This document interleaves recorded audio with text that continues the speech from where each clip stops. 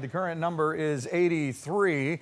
So, yeah, the 80s have been back in vogue the past couple of days. They're going to take a back seat for a couple of more, and then we'll get back into them again next week. 50s to start the day tomorrow. That sunset still stretching out.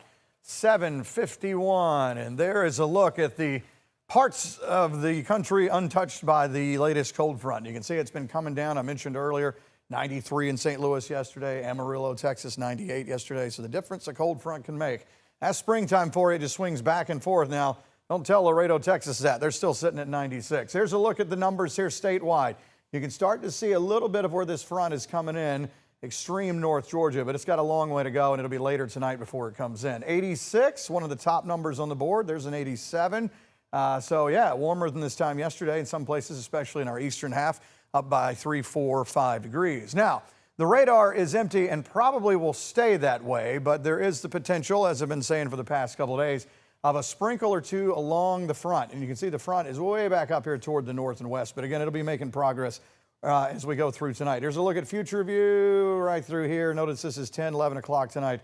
Maybe a sprinkle. Doubtful you're going to see much of anything. And same thing as we head toward tomorrow morning. So really, if the graph model is right, and each time it keeps coming out, it's barely showing a green blip out there, it'll be a dry frontal passage. So these clouds move south as we go into the day tomorrow.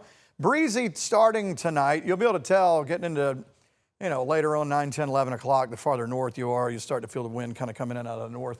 And then tomorrow, breezy during the day. Could have a 20, 25, maybe higher than that mile-an-hour wind gust. So that's tomorrow. And then we head into Sunday, a lot of sunshine here. And then now we're starting to try to return back. A little southeasterly flow, trying to bring the numbers back up the other way just a little bit.